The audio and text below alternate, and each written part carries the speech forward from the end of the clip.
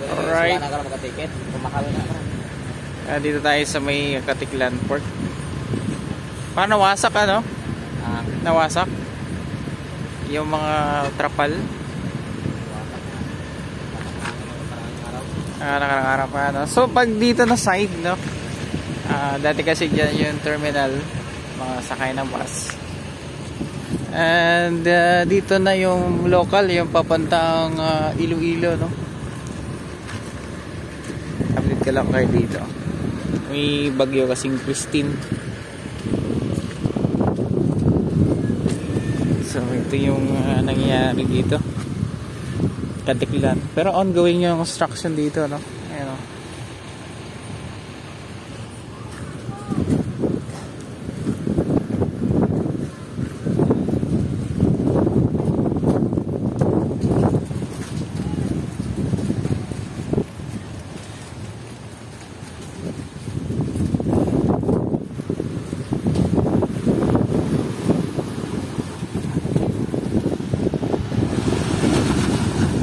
Ito yung kagandahan sa Katiklan no? Kahit bumabagyo ay walang basura ba.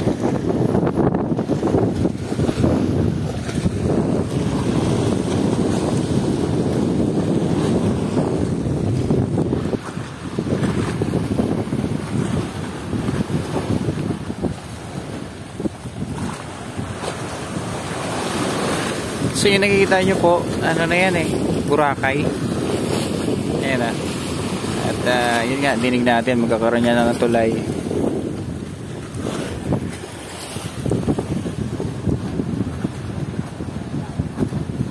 So dito, kita nyo dito, may ginagawa po dito ng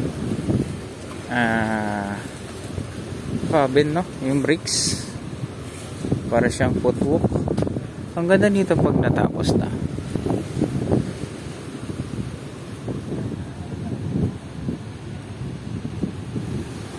Dito na dadaan yung tao.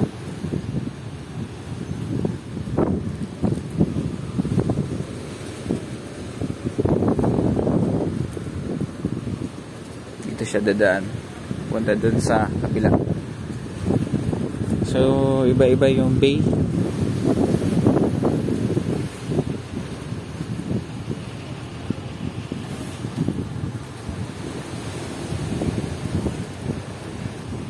Ayan, siguro pag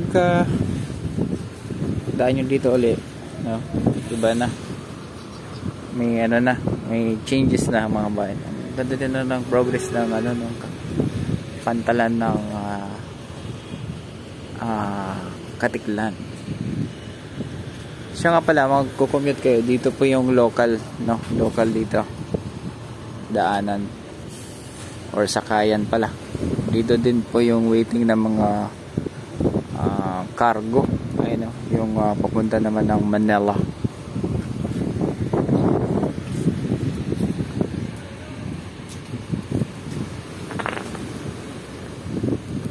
So dito na side ay dito po kayo pwede sumakay ng pa-Antique na bus, yung series na kulay dilaw or tawag nila is local. Ayan, dito tayo sumakay sa isang malaki kasi isang maliit.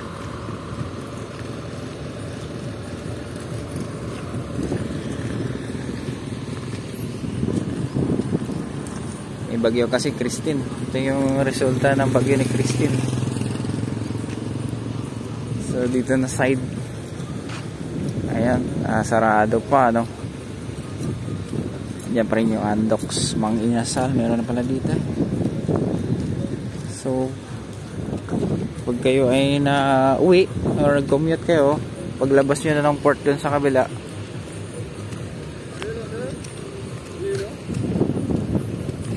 dito kayo diretso sa local. Ayan, maraming nag-aabang dito, mga van, pa-Antique.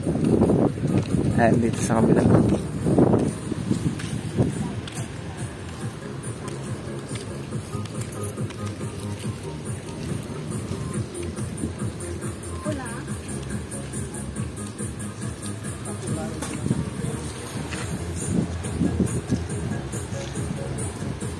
At may Mercury Drug na rin dito.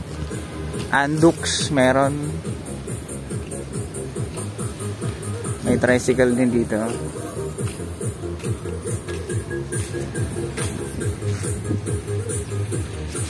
Ayan, so pagbaba nyo ng barko, tapos mag-commute kayo, dito pa yung sakayan ng local.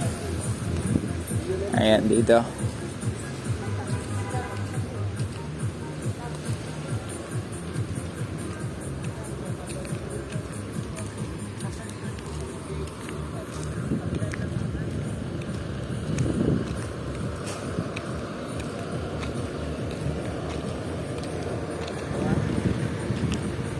Alright, I hope may nagkaroon kayo ng idea. Dito yung mga local na bus na series. Ayan. So may mga ano dito, may mga nakapila na mga cargo.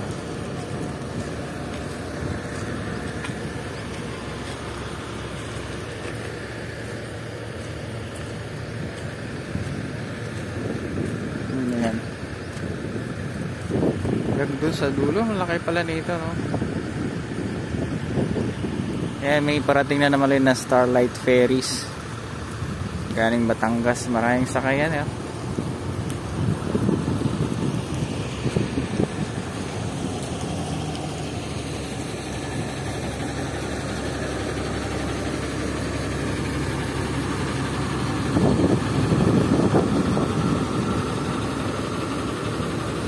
Dito na paparangin yung mga local na bus na biyaheng Antique, Iloilo.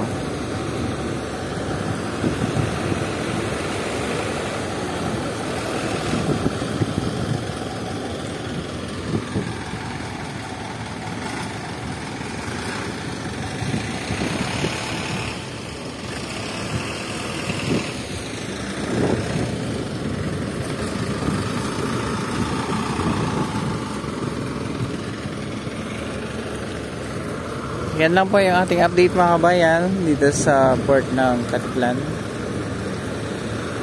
Thank you sa inyo lahat.